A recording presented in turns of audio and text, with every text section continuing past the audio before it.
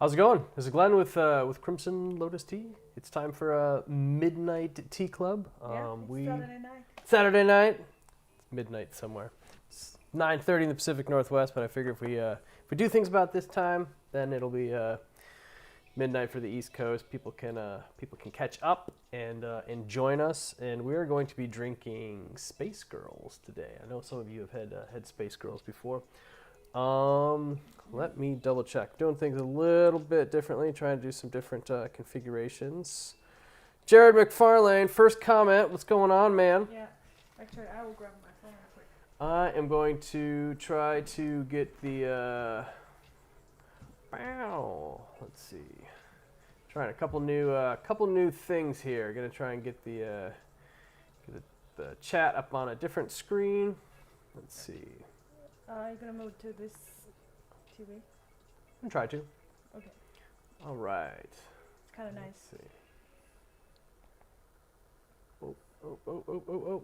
Still working out the kinks and everything. So many moving pieces. You guys can hear me all right? Hope so.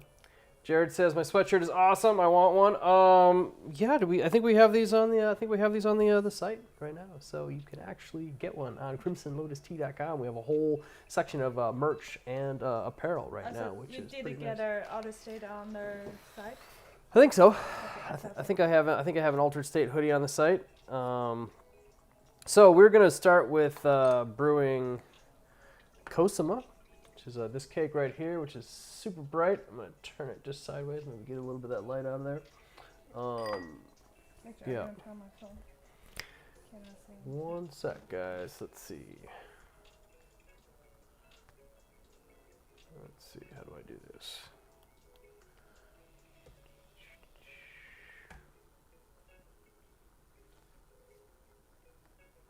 All right.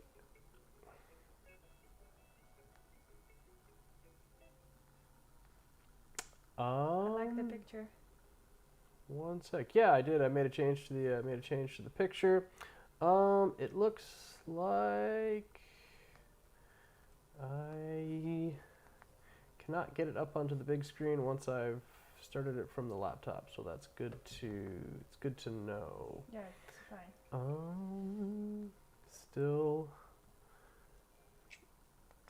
maybe view in the live control room, or is that it right there? Let's see. There it is. Got it done. I'm going to close this window now, guys, and we'll switch it up to the live stream.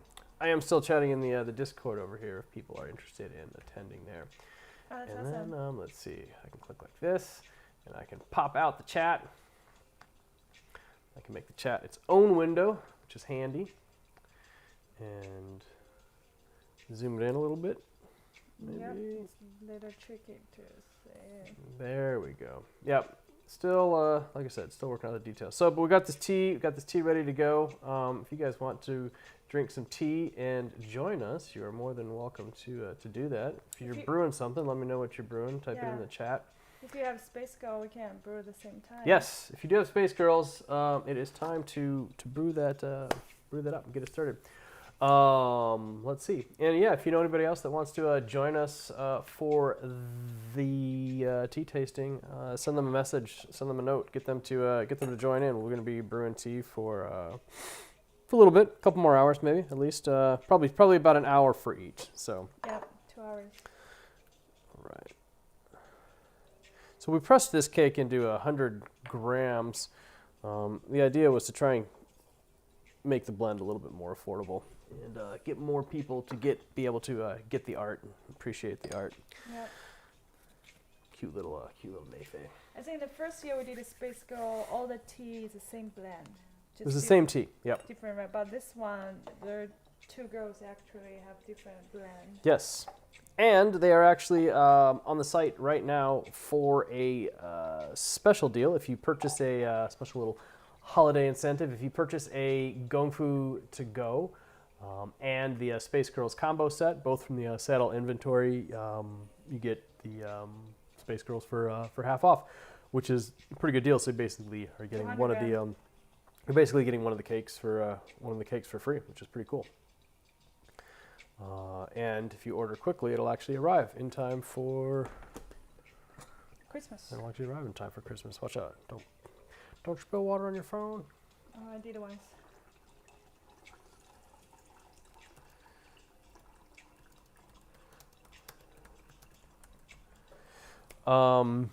Yes. Let's give this a go. Jared says he is brewing That's No Moon. Ty is brewing some Baby Dragon at the moment. That's awesome. Not the brightest idea at 2 a.m., but oh well, it's a great idea. It's a 2 a.m. great idea. You don't need to sleep idea. tonight.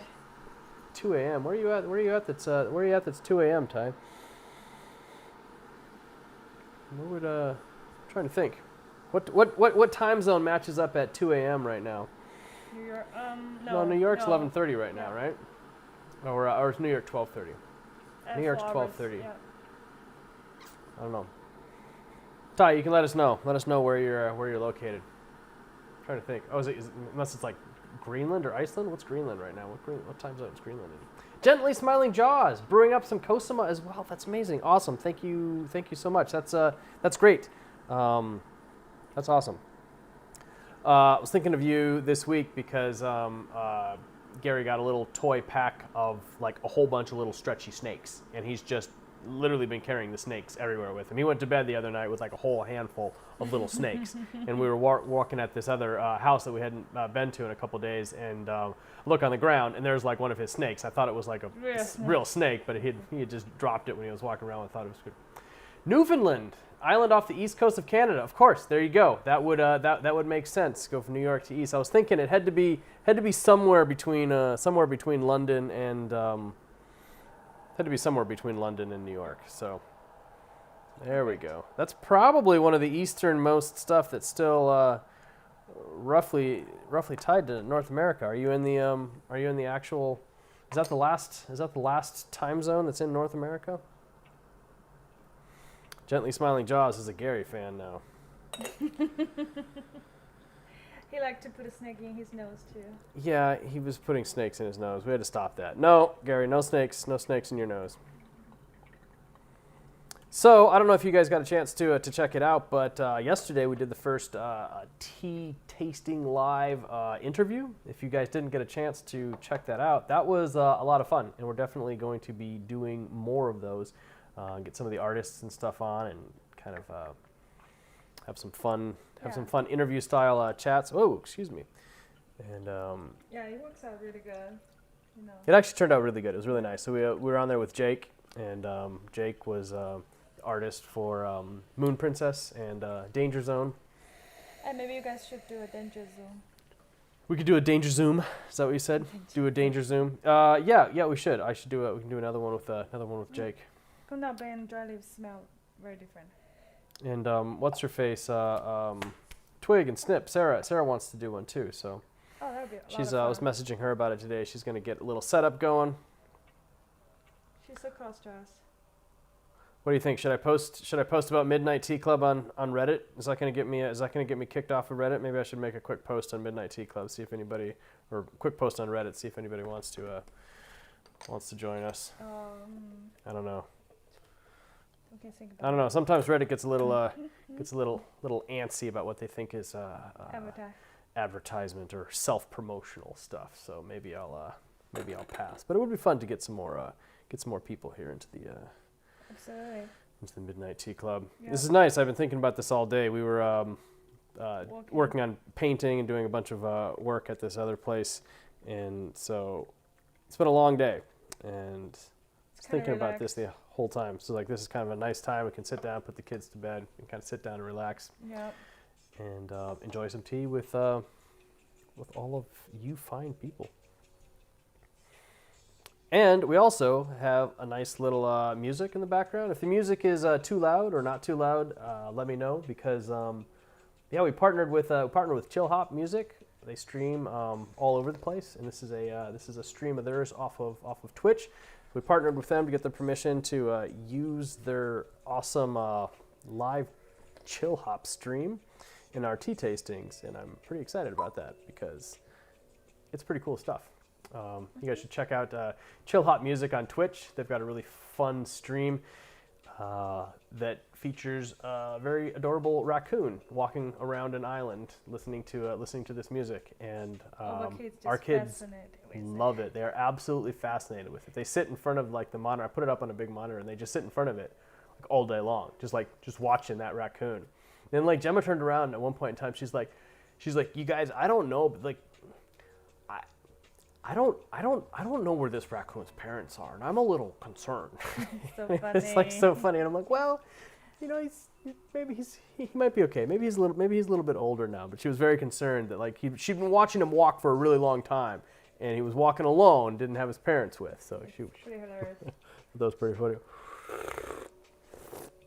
Joshua says the interview was amazing yesterday. It was a lot of fun. It worked out really, really well. I was very pleased with how all the pieces came together. Jake and I did like a test run 2 nights earlier just to make sure that his camera was set up, our camera was set up, that the Zoom thing worked, that it pulled into the broadcasting software and created an overlay and everything. It was so much fun. It worked out really good. Yeah, and his setup is really cool. Yeah, Jake has great like T-ware. He's got all sorts of stuff. It's pretty cool to see that. Yeah. Chris says can't hear any music on their end. I can maybe just turn it up just a scratch. In the future, I think I'll probably try and like pull it into. I can actually pull it into the stream itself. I don't have the ability to do that yet because I didn't have time to test it out. But I will get that going. But yeah, I'll turn up the music just a scratch over here. But then if it's too loud, you guys can let me know. Let's see what we Ty's pretty sure we got the weird 30-minute difference rather than an hour as most time zones usually go. It'd be great to see more of the interview streams. Yeah, it's interesting how some places do time zones on the half hour. This kind of crazy. Well, it is. I mean, it kind of makes sense. I mean, but, you know, if you've got multiple hundreds of miles from here to there, but then it also makes it a little bit trickier. Because in China, it's all time zone. Like, yeah, if you guys don't know, based on the Beijing, so like, China has one time zone for the entire country, but the whole thing. It works pretty good. Like, when you're a traveler, you go to business meeting, you don't need to worry about other schedule. Yeah, but it is a little bit weird because, you know, like the sun sets in Kunming like 8 o'clock every night. Oh yeah. And then it's got to set like an entirely different time. Yeah. It's got to set at like 6 or 5 in Beijing, like, right? 12 o'clock should be the hottest time. But in Kunming, I feel like 2 o'clock is really hot the time. So, you know, I just don't understand when I was a kid. And when I grow up, I know, okay, that's not over time zone. The strangest time zone thing I ever saw was a place in Australia. The time zone changed by municipality, not municipality, by what do they call it? It's not provinces. Can't remember the name of it. The states or whatever. Traveling from one state to the next in Australia made the time zone change, including if you were traveling like north to south. So when you're like traveling down the coast in Australia, one time zone was half an hour different, but it was like you're still in the same line. You understand it when you're going like left to right or west to east, but like traveling like down and just all of a sudden like now it's half an hour different. It was just the most bizarre thing. Yeah, gently smiling jaws. Most people don't realize that China is a single time zone, and that includes like the western edge of Tibet all the way to like the far eastern edge near Korea. It is all the same time, and it actually makes a lot of sense for business meetings. You don't do daylight savings time or anything like that either, right? Oh yeah, we don't do like one. Yeah. That kind of stability is honestly in the business world a huge deal. Like somebody did a calculation on globally how much business is lost every year on the days surrounding the times when America switches their like daylight savings time, and lost meetings and just all of that stuff, and it's huge. Yeah, I remember like a month ago I got my online class. So basically I have to wake up 4 a.m. to attend the first class. It's like, oh no. Yeah, she was doing an online class with a class that was on like the East Coast, and they were having like, it was just like, yoga. Hey, join us for like early morning yoga. And then Lama, it was like 6 a.m. on the East Coast, and Lama was just like, I've got to be up at 3 o'clock to do yoga. I'm like, not doing that. No way, sleeping yoga. Josh says it was really cool to get to know him and his T-ware. He's super neat. He absolutely is. I'm a big fan of his work and him as a person. He's a pretty cool cat. He may even be hopping into the chat here. We don't know. Yeah, I think we know him for many years, right? he came to the tea festival. That's how we. Yeah. We've been having tea with him for a long time. I didn't really realize how good he was artistically, and all his brothers love tea, so they gather together drinking tea. Yeah, so he usually will pop onto these midnight tea tastings because he's always just up at night, brewing tea with all of his brothers anyways, which is kind of fun. John says, wish I could stay, but The Mandalorian calls. It's a good episode. We watched it last night. Yeah. I understand. Well, you could do a split screen thing. I'd understand. I'd understand if you went 50-50 with me and the Mando. I mean, now that the Fett's in there, the Fett and Slave One. I mean, how can you not, man? That's like everything I've ever wished for since I was a child is to see like more Boba Fett in action. Yeah. There it is. Now it's there, and you're just like, wow. It's just like it's kind of hard to process it. It's kind of weird. It's like this is it. This is what I wanted. If I don't like it, it's my fault. This is what I've been wanting. Is steep getting really strong? I did steep it a little strong. An says, is there a video of that interview, or was it live one that disappears? It was a live one that is now a video. So if you go to our YouTube channel, there should be a section in there. It'll be the second video now, because once this one finishes up. The nice thing about YouTube, now that I've got it working, is it saves the chat, stores the chat, so you can actually read along with the chat as the interview is happening and see the people that ask the questions and stuff like that, which is kind of cool. Jeremiah says he wants one more time zone for all of America. Jeremiah wants one time zone for America now. It could work. I would just be happy if we got rid of daylight savings time. I'm happy with having split multiple time zones, but if we got rid of daylight savings time, daylight saving time, I'm happy when I get an extra hour. So those I don't. Well, yeah, it's just why don't all you have to do is just lie to yourself on a regular basis, because that's all daylight savings time is. It's just I know, but there's a collective hallucination. It's just like we're all just going to agree that it's not the time that it was yesterday, and then everyone just agrees that way. And it's like the weirdest thing. It's literally like a group lie. It's a group lie that every single person in the country chooses to believe in twice a year. It's just the strangest thing. It's very strong. I did. I steeped it a little strong. It's this tea. Can you handle it? I can, but from first steep to this steep is kind of crazy change. Big jump. I wasn't paying attention. Beautiful coconut. Hello from Singapore. Hey, Singaporean coconut. How are you doing? What is it? They've got to be. It's got to be about what, evening-ish. So they're roughly the same time as China, right? Something like that. Yeah. Yeah. How was the? Well, it's got to be. Singapore's just always got nice weather.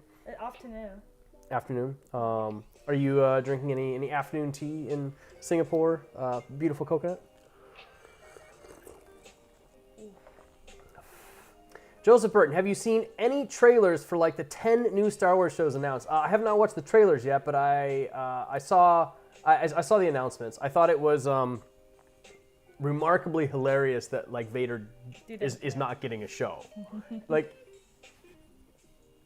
you can just imagine like how Anakin would feel about that, if you're honest, right? Like he whines that he's not like on the Jedi Council. He's whined that he's he's on the Jedi Council, but he's not a master. Like he's just constantly whining. And then like his apprentice Ahsoka gets a show, his master gets a show, but he doesn't. But he gets to be on his master's show, kind of like always like riding the coattails of like Obi-Wan. That would just make him so mad, and I just think it's hilarious. I would have actually liked to see an actual standalone Vader show.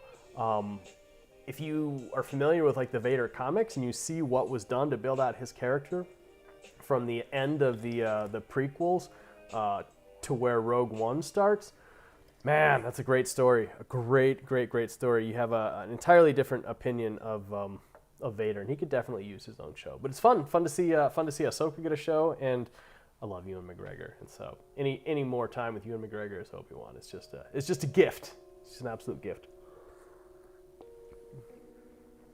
Gently smiling jaws. Getting that last hour back is great, but losing the hour takes forever to recover from. I know, it does. Yeah, that's how I feel.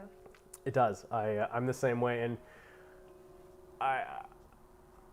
it always kind of like tricks me because all of my computers and stuff now are set to automatically do the shift, and I won't see it happen, and I'm always up like late at night anyways, and then I'll just be like, I'll forget it was that day, and I'm like, man, like where did what happened? Like where did the time go? Like, oh my gosh, Lama's gonna be so upset I'm not in bed yet or something like that. And it's like realize it's only been like 15 minutes. Kind of annoying, like the microwave, the time won't change. Oh, it's just because we got an old microwave. And the car didn't change. Tell you what, I won't do this one. I won't do this one so strong. Cosima is actually a little bit of a punchy tea, you guys. Cosima's got some personality. She's got stuff to say. It's kind of funny, right? When we're trying to blend at the beginning, we were thinking about a little soft personality. Yep, that was the idea. So we were talking with Stasia. We worked up some blends. We were like, hey, like what we need to do is we need to have like two space girls this time. Like complementary but somewhat competitive blends. We're gonna have one that's a little bit like a little bit stronger and more forceful, and then we'll have one that's a little bit softer and sweeter and delicate. And we worked them until we got the balances, like just right.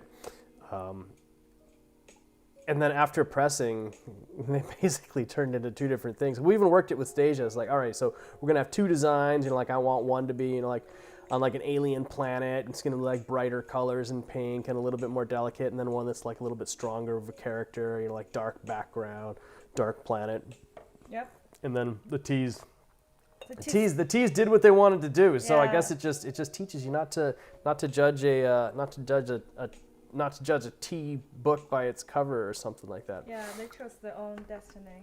They choose their own path. They choose their own destiny. So yeah, Feist is definitely a little bit more chill, and Cosima.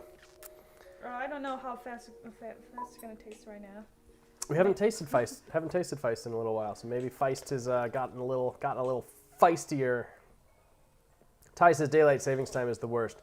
Starts to get dark at like 3:30. It's awful. Yeah, and so I mean, you're pretty far north as well, right? I mean, Newfoundland's pretty far north, and we get the same problems here in the Pacific Northwest, especially considering the Pacific Northwest. Most of the year is kind of like dark and overcast and cloudy. Anyways, you have this thing where, like, if you're in school, you get to school. Or even a business that's inside, and you don't have windows. Like, you will start school and it will be dark. You start school at 8 o'clock and it's dark, and then you get out of school at like 5 o'clock and it's dark. You literally lost like all the hours in the day. And when you do that for like 1, 2, 3 months straight, you realize, like, when's the last time I saw the sun? And even when you're outside, it's just like cloudy and overcast. Sometimes the Pacific Northwest winters can be a little depressing. Yeah. Beautiful Coconut is drinking 1996 Dai Yi ripe brick right now. Very nice. That sounds yummy. Vintage. That's almost a quarter of a century old. That's amazing. How does it taste like? Yeah, tell us what it tastes like. Putting a scratch of water in there. Yeah. It makes so much difference. Perfected. Yeah, because I did not steep this one right either. I get a little distracted sometimes. It's a lot of tea. It's 10 grams. It is. It's a lot of tea, but this is 180-ish, and so I was actually using a little bit less water in there, trying to get it to around the 150. Been having fun doing some more with our teapots, because usually if we're doing tea tastings by ourselves, it's more from an analysis perspective on the tea, but we're kind of having a fun, like, recreational tea tasting like this. Yeah, kind of enjoy. It's nice. It's a little bit more for enjoyment. We can sit down, brew something up in a teapot, which sometimes kind of get a little bit neglected. Even when we have tea customers over, when we're brewing customers, we don't brew customers, whatever you've heard. Sorry. When we're brewing tea for our customers, we often like, especially if they're going to be purchasing a tea, if they come here and they're curious about what the teas taste like, we want to give the teas as fair of a shake as possible, and so we don't want them to like get a tea and then bring it home and be like, oh, this tea doesn't taste like it tasted when I was there, and then they're like, well, maybe they took a tea that didn't taste good and threw it in a pot that they knew would make the tea taste good, and then they made me buy this tea that I don't really like. And so what we want to do is we just want to bring it down a couple notches. We want the teas to perform at an equal level, so that when the person actually purchases the tea, takes it home and then puts it into their fancy teaware, it will likely taste better than it tasted here. That's our hope. Yeah, I think one of the vendor we work with, he said that he doesn't even use good water because they got really good water the ware back in the factory, but they chose not. I think, in hindsight, I've thought about that guy a lot. In hindsight, I think he was blowing cow a little bit. You guys don't know that there's a term in Chinese, blowing cow, as awkward as it sounds, just means to BS. Trainio. Yeah, it means to BS. I think this guy was kind of, I don't know. I've thought about that a couple times. Yeah, and he said that he won't use good water. He specifically said he won't use good water for tea tastings because he doesn't want to like make the tea taste better than it is. And I'm just like, I don't know. I won't do that. I don't know. He was I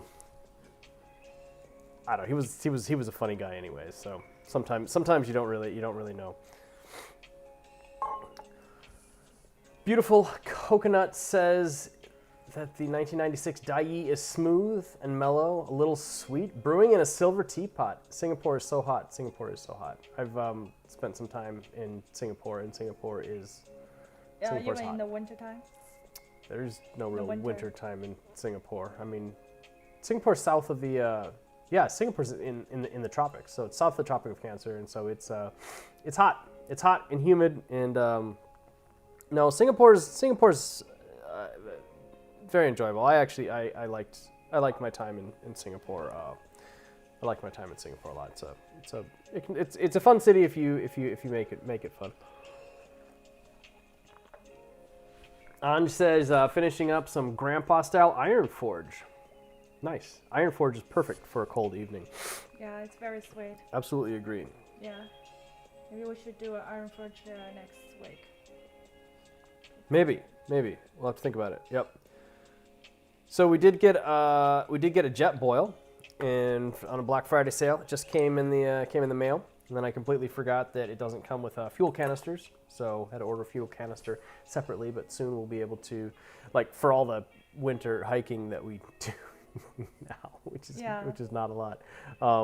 But I'm excited to be able to do some more like remote tea brewing without having to bring in water that is cold by the time you actually hike up there. Even with a good thermos, it just doesn't seem to. Pu'er tea just likes that boiling so much. Yeah, I think boiling brought all the flavor from the pu'er tea. Yeah, I get so used to just brewing tea at boil that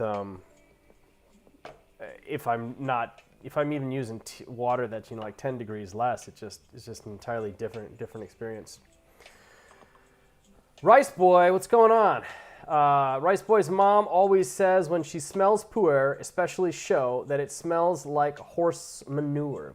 I don't get where she's coming from, but do you have an explanation for that smell? So the official tea sommelier term is barnyard. So, and you really have to think about what horse manure consists of. Horse manure is primarily hay and alfalfa. And it's easier to describe that as the flavor, or not the flavor, because I hope you're not tasting it, the aroma that's coming from it. So there are a lot of barn plant type smells that can be encompassed into different pu'er teas. And alfalfa, if you've ever been on a farm where they're like cutting the alfalfa in the morning, like those aromas are just really strong. And yeah, if you take those and you kind of compost them down, I mean, you can kind of think about what the digestive system's doing. You take a bunch of hay, you take a bunch of alfalfa, you process it through a horse. It is similar to a decompositional process, similar to show pu'er. So yeah, your mom's really right. There are similar aromas, but tell her that the tea sommelier term is barnyard. It just sounds much better than your tea smells like horse manure. Someone once described pu'er tea as like smelling like the sweaty leather on the back of a Mongolian horde of horsemen. And I'm like, you know what? Like that's pretty good. I can get that. I can kind of see like that like salty, briny aroma, and you can just imagine like an invading horde of Mongolian horsemen like racing across the plains. sweating. I think it's so interesting. Everybody come up with their aroma flavor based on the experience, the Yeah. culture. Yeah, absolutely. A lot of the aromas that I get out of pu'er tea are based on, or highly reminiscent of places that I spent my childhood at, Yeah. which I think is great. You know, smell is so deeply tied to memory. I think they've done a lot of scientific studies on that, and there's just like I can smell like one smell and just like immediately have like this rush of memories come back. And some of the best smells that some of my favorite smells are actually not even good smells, but I know when I smell them that they bring back a memory that's a really enjoyable experience for me. And so I think that's pretty cool. Yeah. Let's see. Adriana says, drinking Feist is wonderful. Will you share how the I'm not sure what that word. How the affects flavor of water. My water frequently gets smoky tasting over a standard campfire. Yeah, if you're boiling your water over a campfire, I can totally see how the aromas might get into the water. And also it's if you're near a campfire, even when I leave a campfire, I still smell smoke. And so like you think about like what smoke is melted bits of wood that have been aerosolized, and they're actually in the air, and they can coat surfaces. If you ever clean above like your where you're cooking in the kitchen, like all those like oils and essences, like they're thick and they coat it, and that stuff actually coats like your sinuses as well, and they can stay there for a long time. So it's very possible that you're actually smelling like just residual leftovers from the campfire in your nostril, but now mixed with the tea, and then your taste buds and your smell buds are all tied together, and so you could even like swallow and still be tasting smoke just because of that. That makes sense to me. Yeah.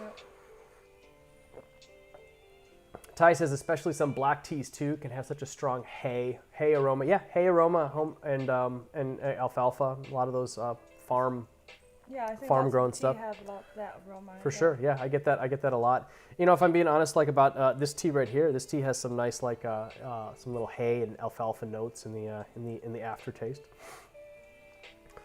Oh, Joseph Burton, what's going on?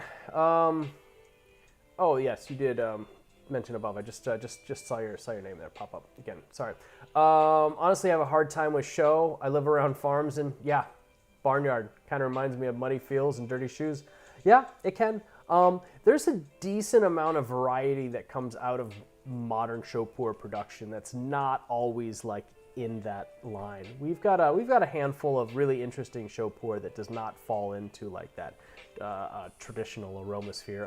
Stormbreaker is definitely different, and the way is also quite an interesting show pu'er that doesn't stick in that I think road trip sphere. is also very road trip creamy. as well, very creamy. But yeah, if you're interested in never trying like some show pu'er outside of the standard show pu'er, you could give those a try. Bronson says, Scott from Yunnan Sourcing says in one of his videos, if you've ever smelled a horse, yeah, that's it. Barnyard. The tea sommeliers know how to take a wide range of emotion and describe it succinctly in a single word as barnyard.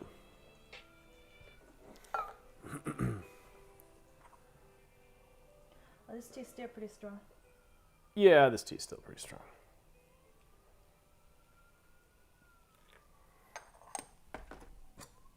All right, I'm just gonna. I'll actually turn it off now.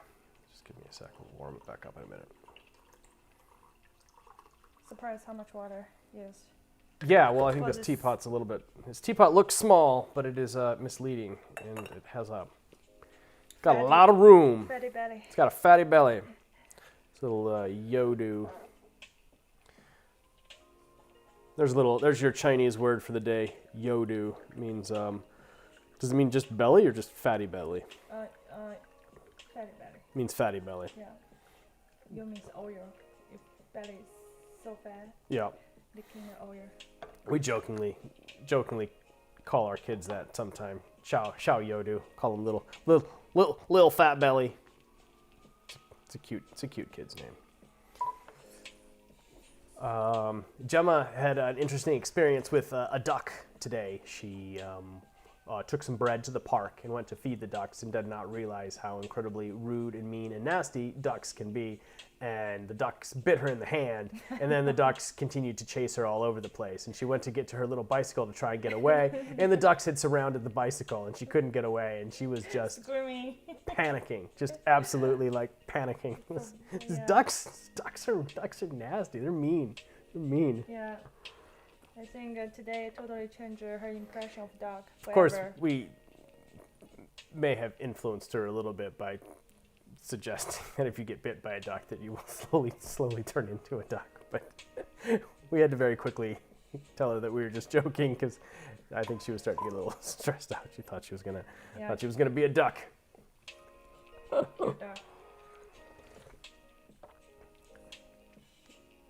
Oh, Adriana Foster says, okay, gotcha. So when you, let's see, let me scroll back up to your comment.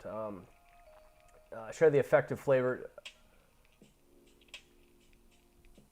Okay, so if you're using your jet boil, you think that the jet boil actually makes the tea taste like campfire, even if you're not brewing it on there. That'll be interesting. I'll have to play around with that.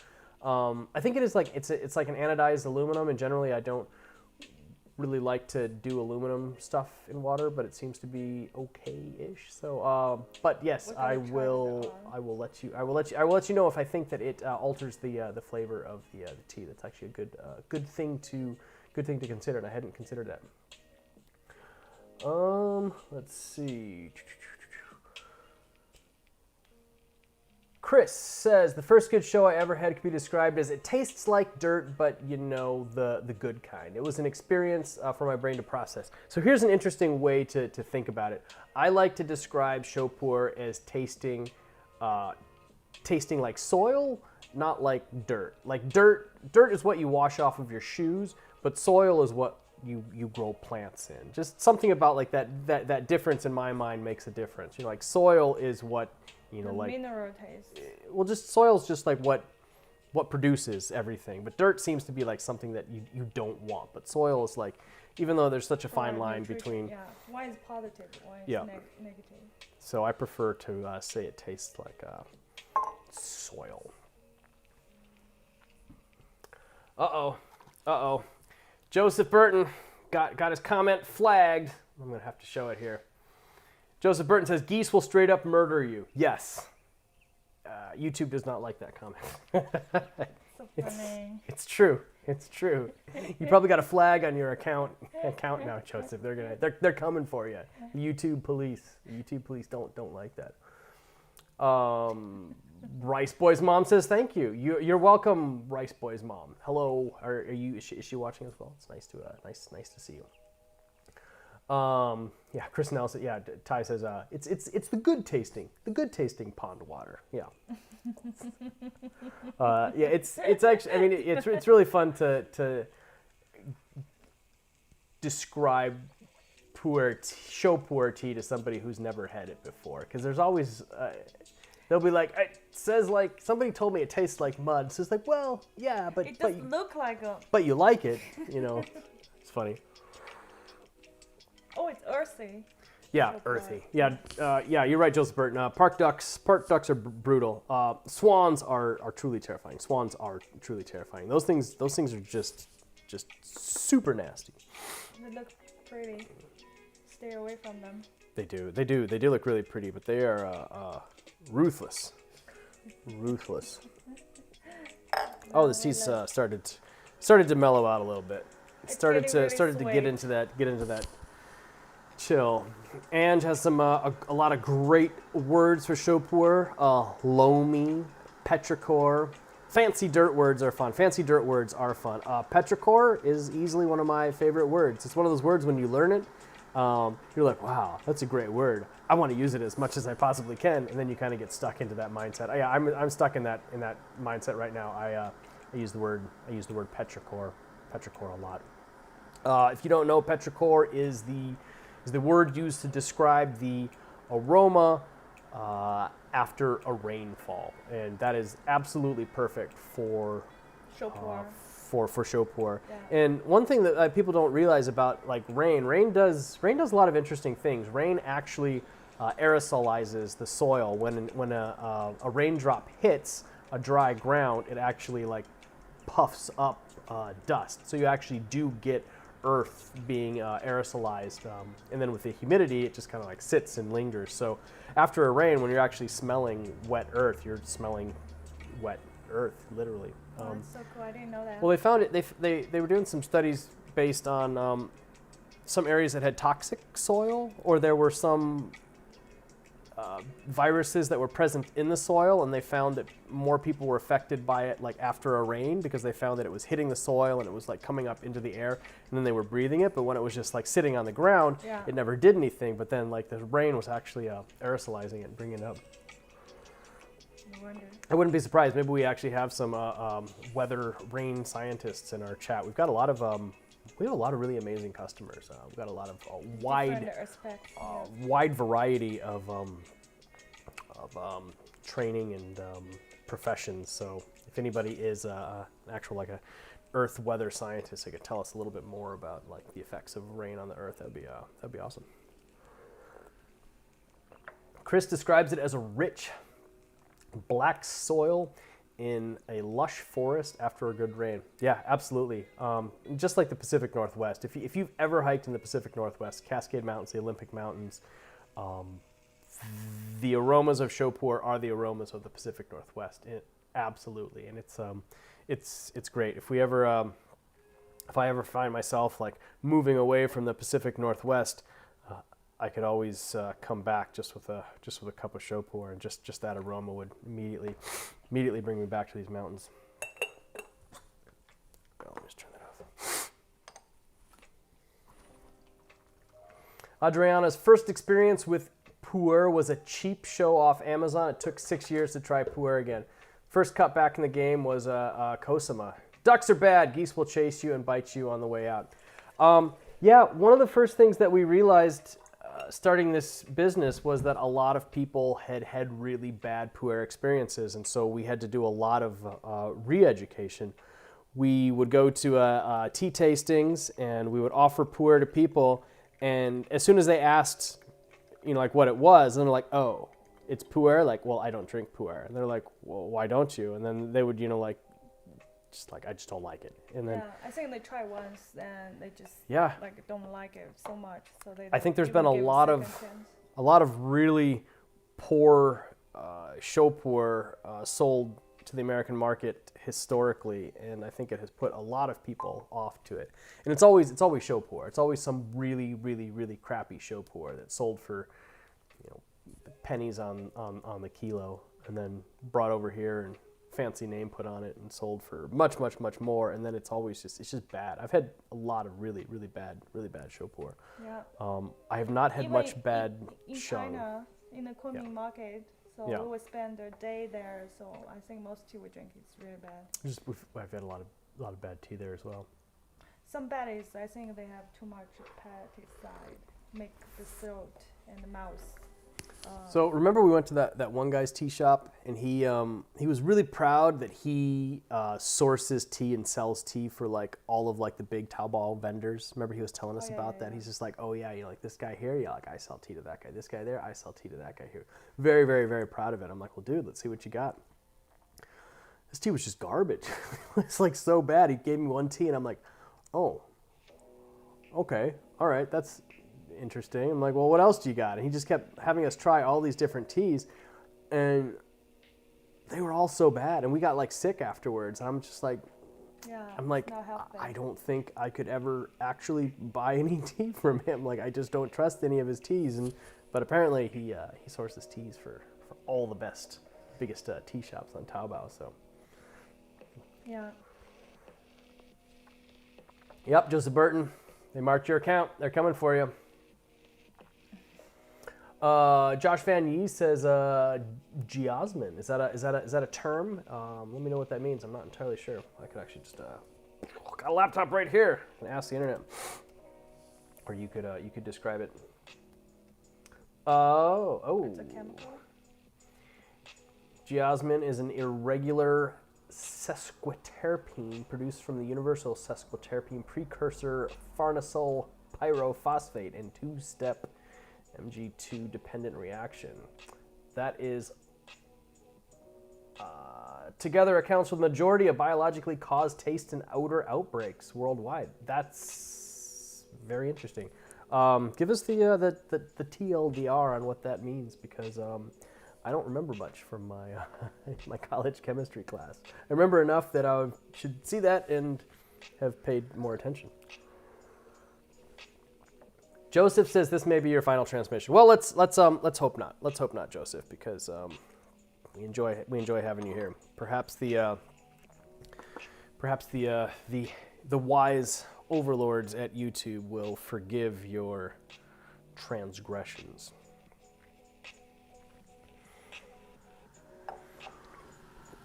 Oh, there we go. Starting to relax into it a little bit. There we go. Thought we were gonna go to bed 3 a.m. Well, I may play a little I know. Cyberpunk 2077, which did come in the mail. I installed it, got my game disc, put it into the PlayStation, and was immediately greeted with a 45 gig download. And you're like, that's great. Wait for another 5 hours. Thanks. Thanks, day of release update. Wayne says you can never be so comfortable with a tea that close to your laptop. That is why I am a professional. I often sit here and work and do things like that. But yeah, no, you're absolutely right. Tea and electronics in general do not mix. Yeah, so yes, I installed Cyberpunk 2077 on my PlayStation and got it started. 5 or 6 hours later, just went and started packing orders, got some work done, and then finally it installed. The really interesting thing about day of or week of game releases is literally every single time I go to turn it on, I am greeted with another 6 gig download for the update. It's just like that's great. They're on top of it. They're on top of fixing bugs. And the game is quite buggy. At one spot, I actually got stuck in a box that I could shoot out of, but people couldn't shoot into. Oh, that's perfect. Which sounds great, but then I could never leave the box. I was permanently stuck in the box. I actually the box and me fused in the physical world, and I was like, I don't know if that's exactly. It's funny because historically, boxes and gaming have an interesting history because of a game that I don't know that you played, but it's called Metal Gear Solid. And, many of you have played Metal Gear Solid. And you play a spy, kind of like a spy secret agent guy, and one of his tricks is if there's any cardboard boxes around, he can hide in the boxes.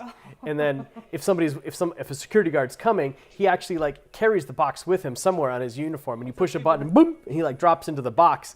And then the guy's just that's weird. I thought I heard somebody around here. And then you can walk around in the box. So I thought it might have been a reference to Metal Gear Solid in Cyberpunk 2077, but it was not. It was just a bug. It was a bug, and so I had to reboot it. I had to restart the game. Can you carry the box wherever you go?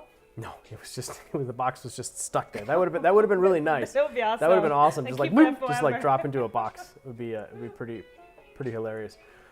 Josh Van Z says sugar beets and damp soil. Yeah, let's see. Adriana says, have you played Witcher by the same company? I've not. I was very familiar with it. I don't have a lot of time to play games. I have to be incredibly careful about where I spend my gaming hours. And so I have not actually sat down and played any of these deep play games in quite a long time. Probably Red Dead Redemption is the last long format game that I let myself play, and that was 6, 7, 8 years ago, easily. So pretty excited about the opportunity to play Cyberpunk 2077. I've not played any of the Witcher games. I did watch the Witcher series. I mean, I'm familiar with the story. I'm familiar with the lore. Never actually played any of the games. I know, I know what CD Projekt Red does and how the quality that they put into their game. So I was very excited to be able to play a game. Excuse me, play a game by them. Let's see.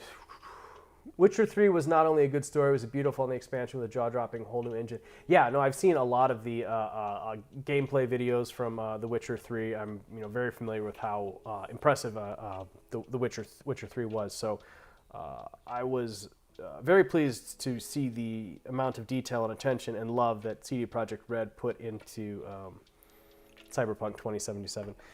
And so Lamu really enjoys watching games.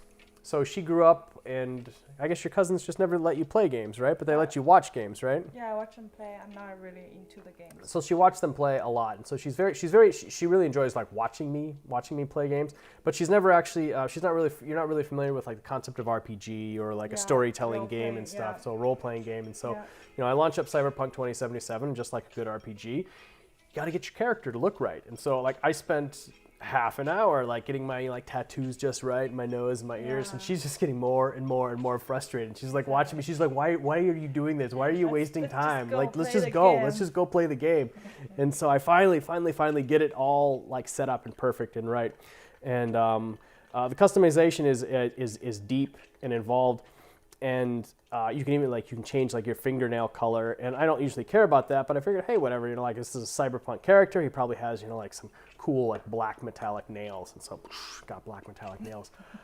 I wasn't even thinking, and they should totally like let you know this ahead of time. I mean, I guess you did, but it is strictly a first-person shooter, so you literally never see your body at all. Your beautiful tattoo. Ever. Like all of the work that I put into it, you will never, ever, ever see because it's a first-person shooter. The only thing that you will see is the fingernail color that you chose, because that's what's holding the weapons, that's what's holding a sword, that's what's interfacing with the environment. So the only thing I see is like the fingernail color that I chose, and I hate it now. And now I'm stuck with it for the whole game. My like shiny black fingernails. Even it's black, but as long as man has a nail, just doesn't holding the weapon doesn't feel right. Just didn't feel right. And so, so now I'm stuck with that for like the entire game, unless I want to like restart a new character, which I really don't want to do at this point. So that's kind of funny. If you guys have not started Cyberpunk 2077, take that hint from me to put a great amount of attention into what you choose for your fingernails, because that is the only thing that you will see unless you can find a mirror to look into, which is, I just think it's so funny. She laughs at me every time she sees my fingernails on the screen, because she was the one that told me not to do it. She's like, don't do it. I was like, oh, I'm going to do it anyways. So the other fun thing, we finally get into the game. We're playing the game, and I was sitting there, and she's just like, there's a lot of talking in this game. And I'm like, it's a story. They're telling the story. They're building it. They've carefully crafted these experiences. And Lama was just not amused at all. She's like, if you don't get into some action in the next couple minutes, I'm going to bed. And so I'm like, you got to work. It's a story. It's a long format game. It's just kind of funny. It now because you have to make your own decision. So you will grow with your role. So you guys are more connected to each other. But it was just really funny, like how upset you were getting. She's like sitting there watching me playing a game and just getting upset. Be like, I'm not going to watch you talk to people on a screen with your black fingernails. Yeah. Oh, it was funny. Adriana, they are producing a movie for Metal Gear Solid. That'll be interesting. I actually think that the movie format could probably work pretty well, because those are Metal Gear Solid games are really pretty much just long movies anyways. There's very, very, very, if I remember right, like there's like very little like gameplay, and then like just dramatically long like cutscenes, and then you like a little game scene, and then a lot of character exposition and cutscenes and stuff. So basically just take an existing Metal Gear Solid game, cut out the gameplay, push the cutscenes together, and there you go. That's your Metal Gear Solid movie. That'll be pretty fun. No, Metal Gear Solid's a pretty fun. A lot of creativity in that genre. That'll be. I'm excited to see a Metal Gear Solid movie. Do they know anything about who's playing any of the characters? Have they gotten past any of the stages yet? That'd be interesting to know. Wayne just finished a brutal semester of comp sci. Good for you, man. Played a video game tonight for the first time in 4 months. Dude, that's the best. When you come back to something after a while. So are you you're getting into computer science? Are you hoping to work in the gaming industry, or do you have some other places? I also studied computer science, and back in the late 90s as well. So that kind of really set up my career working and doing IT technology stuff for a long time. So that's pretty cool. Computer science is entirely different now than it was then. I mean, they were so focused on just like learning C and, you know, doing your own compiler designs and, you know, like writing your own, you know, operating system or file structure and things. And now I think computer science is like, it's just, it seems like things have grown faster than like the official computer science education has been able to do. They were just kind of stuck in the 70s of computer for a long time. Yeah, I think the problem of the computer industry is it changed so much. You gotta it changes so fast. And you know, maybe it's best not to go to college. Oh, I don't know. You can possibly learn from online. Possibly you can learn a lot online. That's good. So this is an interesting thing that I found in the computer industry that really disappointed me after a while, because I always considered myself a technology generalist. I understood like core computer principles, core like networking principles, the internet. You know, like I understood things at a fairly low level, and that made me good for what I did. But I could spend 20 years developing that set of tools, and then you could have some kid in high school who's been watching some YouTube videos about how to program like whatever like the latest programming language is, and then he would get hired because he just happened to know that new language. And they didn't, you know, that you see this, especially as you get older in the IT industry, they don't really have a lot of respect for domain knowledge. So you start to get a little bit older in the IT industry, and very, very, very quickly you can just work yourself out of a job if you are not like constantly like learning the latest and greatest and new thing. Which is one of the reasons I was pleased to kind of move out of the IT industry and move into something like tea, something where I can continue to craft a set of skills over the rest of my life, and I don't have to worry that everything that I've learned is going to change tomorrow when, you know, Microsoft patches IE, right? I don't have to continue to be like on like that cutting edge. I can consider to, you know, continue to kind of like a watchmaker, right? They've got a core set of skills, and they develop it over time, and, you know, and then they're in their 60s and 70s, and they've got, you know, they can make these incredible things. I put some conscious thought into that when I was moving out of the computer world. I like to joke that I moved from IT to high T. It's one of my little dad jokes, but it makes sense. Oh, what do we got here on the chat? Gently smiling jaws. So many games make you motion sick. So watch far more than I play. From what I've seen of Cyberpunk, it seems like a fun game. It is a fun game, and that's really too unfortunate if you get, you know, motion sick playing games. I totally understand. I probably get more motion sick watching other people play games than I do actually playing them myself. Third-person games generally seem to be a less motion sick, but since this is a first-person motion sick thing, I can totally understand that. Yeah. VR stuff probably does it for you. It for you too. Let's. I think that's a problem. Me play video game because I cannot really control mouse where so my character head is looking everywhere. It takes a lot of fine motor skills to work that. Oh, let's see. What do we got here in the chat? Jacob Forbes says, "Howdy, little late to the party. Bust on my Space Girls now. Awesome, thanks. We're actually about to switch over to Feist. We're gonna do a last steeping on this. We'll get Feist going here in a second. Spending about an hour on each tea, so we probably got an hour left in this stream. We'll run up until about 11:30 Pacific time. And, I think this tea have a decent tea energy. It does. This tea's I'm very, very relaxed right now. Adriana says Oscar Isaac will be Solid Snake. Do I know who Oscar Isaac is? Maybe I'm better with faces than I am with names. Oh, okay. I can see that. I can see Oscar Isaac as Solid Snake. Yeah, absolutely. Here, just so that you know who we're talking about. Lamu, this is Solid Snake. This is the game. This is the game character. Nice. Yeah, no, I can totally see Oscar Isaac being that. Oh, that's awesome. That makes me excited. I'm very excited to watch that movie. Cool. Thanks for letting me know about that. Wayne would like to try to build game engines if you get a chance. That's a tall order. Constructing and building your own game engines, that's a lot of work. That's probably one of the things that a lot of people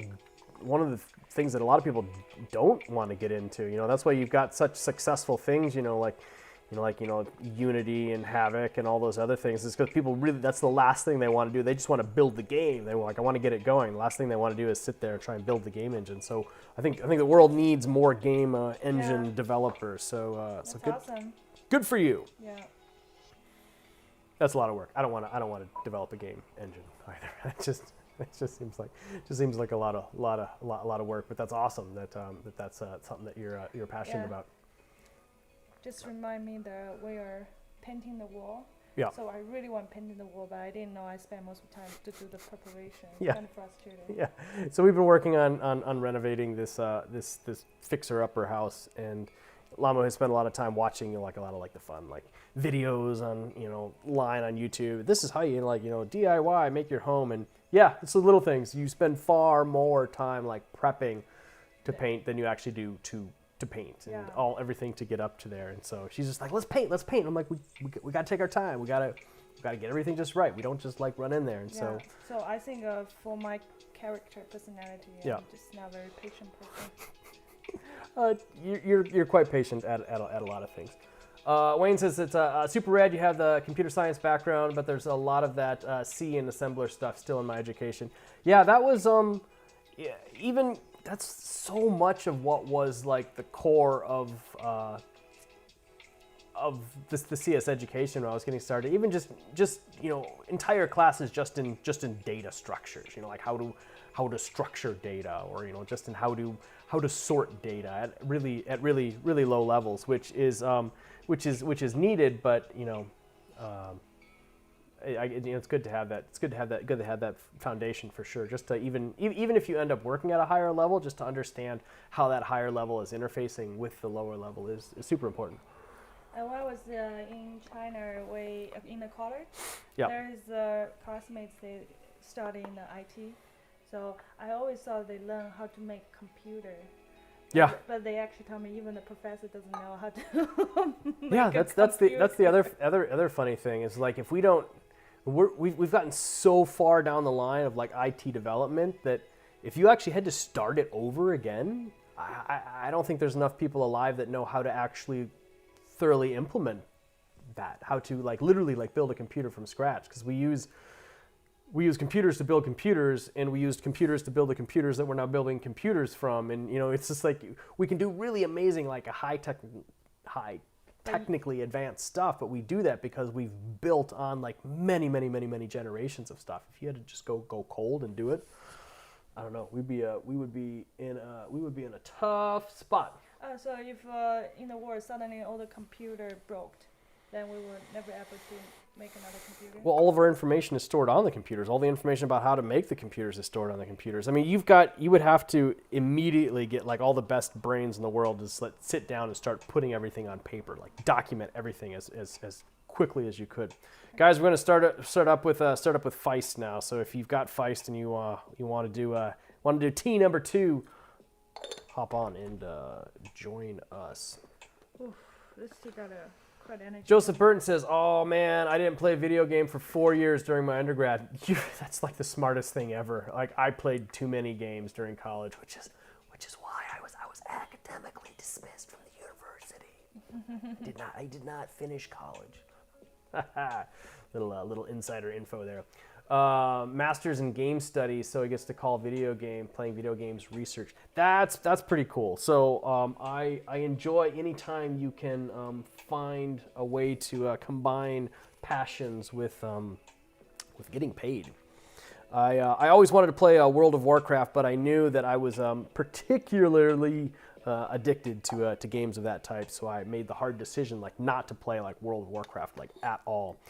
And then I was working at Second Life. I was working for Linden Lab, and they were having some particular issues with Macintosh graphics cards at the time, and they couldn't really tell if it was a graphics issue or if it was something in their specific engine. And so there weren't a lot of Mac games at that time. And so what I needed to do, working in the QA department, was basically I needed to create a World of Warcraft account and install it and just start like playing it heavy so that I could get the graphics cards taxed at the same level that Second Life was taxing them on the exact same system that was experiencing issues. And so they were like, hey, here's the company credit card, go ahead and like start up a World of Warcraft account and start playing it. I'm like, okay. I was like, sure. I was like, and so I actually did end up getting hooked into it for a while and played some characters and had some fun with that. But very, very easily addicted to deep play games like that. I think one of the most popular game in China. All my cousins play it. And didn't your cousins also like lose a ton of money because they were like gambling on it or something like that? You or have to they buy were. the points. Seems like once you upgrade to a certain level. Your cousins are always sending me messages like, "Hey man, I need a new sword. Can you lend me like $5 or something?" I'm like, dude, go. Yeah. No, go craft your own crap. Don't come to me. Cousins. Yeah, that's your cousins. Like even when I'm over there like hanging out with them, like I've got to like wait for their time, and that's what I saw. Even a lot of my friends here in the U.S. You know, I would go over to their home. I would knock on their door. I wouldn't get an answer. I would know that they were there, and I'd open the door. I'm like, "Hey, are you guys here?" And like I'd come upstairs, and they were like in their little gaming centers. They're like, "Hey, man, sorry, can't talk on a raid. It was scheduled." I'm like, "Okay, like." I'm hungry. You mind if I go grab some food? They're like, no, go ahead. And I'd just sit down there and I'd hang out in their home watching TV and eating food for a couple hours. Then I'd come upstairs and I'm like, hey guys, I'm gonna head out. And they're like, okay, just leave. Watching that made me realize like I need to not be that hooked on games. But yeah, in China we have a special shop full of computers, so you can pay by hour. Just stay there. They will deliver food for you, so it's perfect. Yeah, no, the gaming centers in China are pretty fun. Computer center. Before we had the computer center, before we had an internet connection, before we had computers there, we used to go and like sign up for an account and like we could sit in front of one of the computers in the computer center and watch movies. We watched some movies there that one night. That was kind of fun. But it's all just tobacco. It just smells so bad in there. It's just so thick with smoke. Adriana, mechanical engineer here, went to school with a bunch of us comp sci people. You guys, totally a different breed. Congratulations on completing the semester. School's challenging, but it's 100% payoff once you start work, especially if you enjoy it. Yeah, so awesome. Sure, mechanical engineer. So what I really wanted to do when I was in high school is I wanted to work in robotics, but there really was nothing settled for that yet. That was my real passion, was like building robots, working with robots. But at the time there was no like actual like robotics engineering, and so like what they would recommend is like, okay, well either you got to get a degree in like mechanical engineering or electrical engineering or civil engineering or something like that, and then kind of like work that into like being in a robotics field or something like that. So I chose electrical engineering, and I found out within a couple years that the amount of math required in the electrical engineering field was more than I was really capable of handling at that point in time. So some of the deeper level math stuff really gave me a run for my money. So the problem I had was I could understand the mathematical concepts, but when it came time for me to actually like find the answer to the problems myself, I just couldn't do it. But I figured out that I was really good at being able to take those mathematical concepts and have the computer come up with a solution for me. So I switched from electrical engineering into computer science, and that actually turned out really well.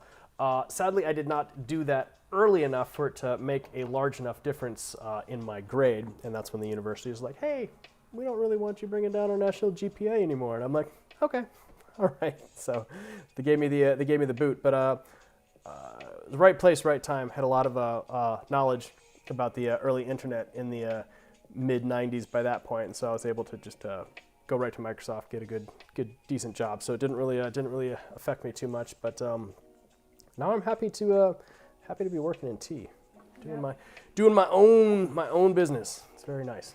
Very nice. And I think your IT background helped. Absolutely. Yeah, I would not want to pay what IT people pay. I would not have to pay somebody to do the website work that I do for free. I would not want to do that at all. Oh, here we go. That's really nice.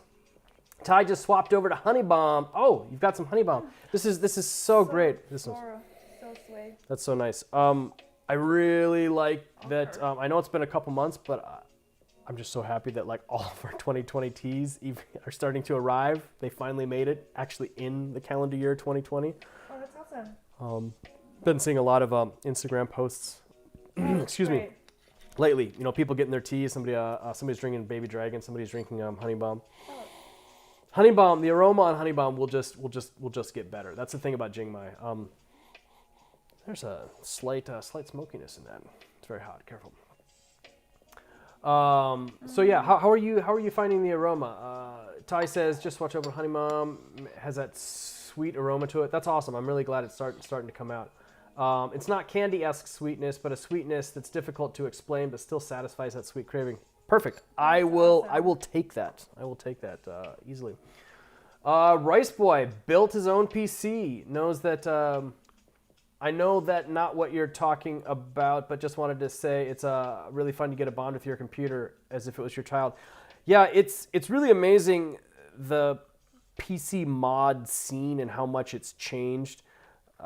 When I was getting started with computers, basically you had Macintoshes or you had like generic beige boxes. Like all of my friends who were building their own machines, they just looked like garbage, like generic boxes, and like nothing actually went together. And like me, like I'm a little OCD. I like to have everything all like perfectly organized, and I really liked the design ethos in the Macintosh hardware.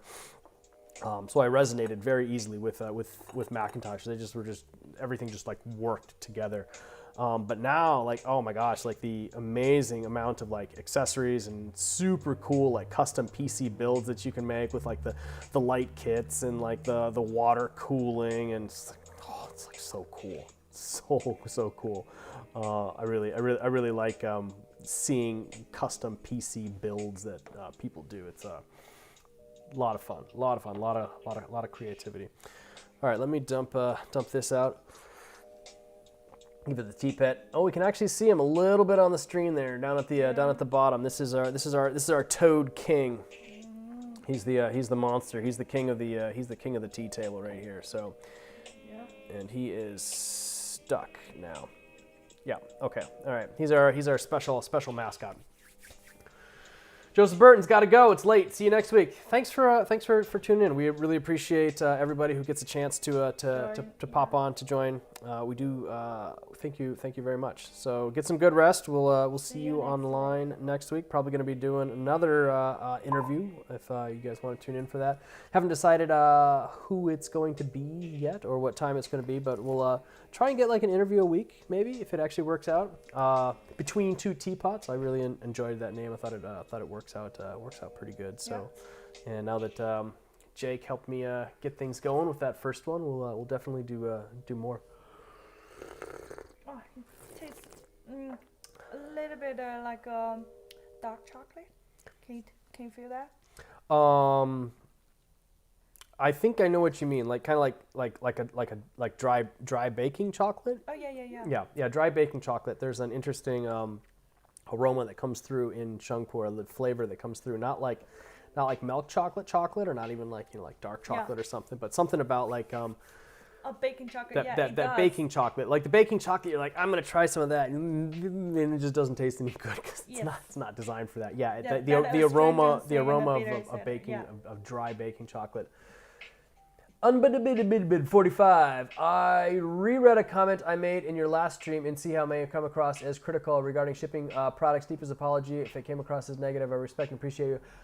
No worries. It's not a problem. This is a tough time for shipping everything, and so we know that it's really hard for.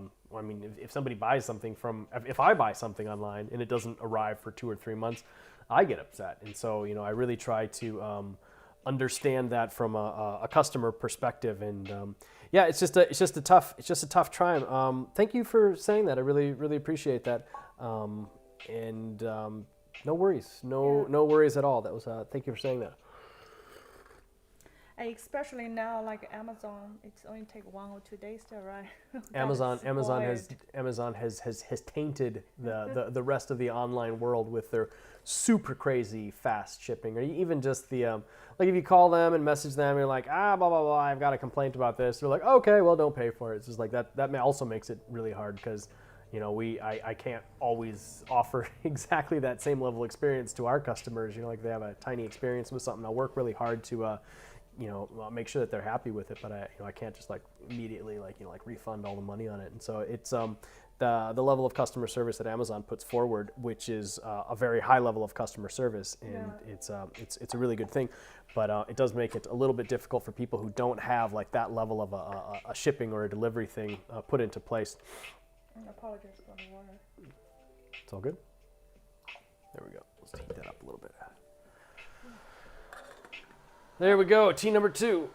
Those two tea taste so different. They do taste so different. Everything is different. So yeah, if you guys are just tuning in, or if you haven't checked out on Instagram, we've got a special deal going from our Seattle inventory right now, and the deal is that if you buy a Gongfu to go from our site for $37.99 from the Seattle inventory, Yep. and if you also put in your cart, we've got a combo set of both of these. Where did the other? I gotta swap them out. There we go. Sorry, got to swap in Feist. We've got a combo set, which is actually even cheaper. You can get both of these on the site for $45, which is a really good deal because they're normally $25 each. So if you buy them together, it's $5 off. But if you buy them with a Gongfu to go from the Seattle inventory, it's actually half off of the 45. So you actually get both of them for $22.50, which is quite a good deal. There we go. Put that right there. That's the tea we're drinking right now. Artwork by Stasia Burrington. If you're not familiar with what she's got, then It's a local Seattle check it out. artist. Local Seattle artist. I've been a friend of hers for a really long time. Met her on the street at some street art fair. Totally fell in love with her art like 10 years ago probably. And I've been following her stuff ever since and messaged her about using some artwork one of our first years. And she's like, that sounds great. And so we've had a fun artist relationship with her for a long time. She was the first person we used art for, right? Yeah. You should do an interview with her. I will have her on a live interview stream, which will be a lot of fun. That will be super, super cool. Rice Boy is drinking the 2003 Changtai Memorial. Right, such a good tea. Such a good tea. Such a good tea. Like that's what I hope all of my teas taste like in 15 years and 20 years. If that would just be great. And that's one of the fun things about having a business like this that can last a long time. And we talk about this a lot. It's just like just the legacy of our teas and our products over time. I'm really excited to just kind of see where they go. Yeah. We're starting to see a little bit of that with some of our early products. But I think in the early time, I feel like we didn't compress enough tea. Feels like it's so out. We forgot to save some for ourselves. Yeah, well, that was the thing. Like even like our first year of each of the offerings that we had, we only bought like 3 kilos of tea. Like we go to the farmers are like, so how much tea do you want to buy? We're like, we'll do 3 kilos. And they're like, that's like a sample. I'm like, well, like we feel like it's a lot of tea. We felt like it was a lot of tea, right? And so I think we released like 10 teas that first year, and each one we only had 3 kilos of them, pressed them in like 100-gram cakes, and then like that was it, like 30 kilos of tea like total. We sold out of it like so quickly, and then we're like, well, we don't have any tea now. That was we learned a lot then. If you find something that you really, really like, you got to just get as much of it as you possibly can, even from a vendor perspective, because the next year we went, teas were more expensive the next year. All right, what do we got? Where are we at in the chat now? Oh, Rice Boy's comment about the Changtai Memorial. Oh, it's your first time drinking the Changtai Memorial. Favorite tea you've ever had? It's so good. It's so good. That tea just always makes me happy. I really enjoy. I enjoy that tea very, very, very much. Has everything you love about tea all in one place. That's awesome. That's really good feedback. Little wet age. got just enough of the humidity on it to humidity in the wet storage to make it interesting, but not so much that it's pushed it too far. How much stock do you think there's left of that tea? Not a lot, but we're not going to run out of it soon. Yeah, we found another batch. So we found another batch, and we've got contacts at Changtai. And anybody who, I mean, because they probably pressed, like a lot of that material back in 2003. Yeah, sometimes depends on whether people want to sell to us. Yeah. Maybe some collector have a bunch Yeah. of them. So anytime we find that tea going up for sale in China, we always buy more of it, and it's not even a concern to know if it's being faked, because like I can just open up one of the toes and drink it and taste it, and like I know immediately it's the exact same thing. And so we actually are super careful about that, about older teas or anything that we haven't pressed ourselves when we purchase them. So I think we're probably good, or not. I think you probably need to go to the site and buy like 100 of them right now just to make sure. That's the salesman in me. Salesman on this shoulder, tea drinker on this shoulder. Go ahead. Wayne says, let my Gongfu go get a little funky. Please report that boiling the disassembly with baking soda is an effective reset. Oh, that's awesome. However, sadly, the logo won't survive. That's okay. My logo is Turning different color, fading right? with time. It's fading with time. Aged. My Gongfu to go is aging like something that So ages bitter. poorly. The logo is pretty faint on mine right now. The black part is fine, but like it's the crimson inside of there that's very translucent. Rice Boy says, I literally wrote in my tasting notes, I need like 500,000 more of these. If you bought 500,000, we would give you a wholesale discount, I guarantee you. Just message me afterwards. I hear you. When you get one of those like really good teas like that, we learned that the hard way with Changtai Top of the Clouds the first year. We could have bought a lot of that material, because that was 2013, 2014-ish when we were trying that. We And still have a lot, but nobody really cared about that tea then. And I'm like, man, I really like this tea. And they were like, yeah, we can get you at literally as much as you want of this tea. But that time, And even then we were like, got like couple ton. I'll buy 5 tongs. And the tongs, they were like 7 each, and they were looking at us like, Okay.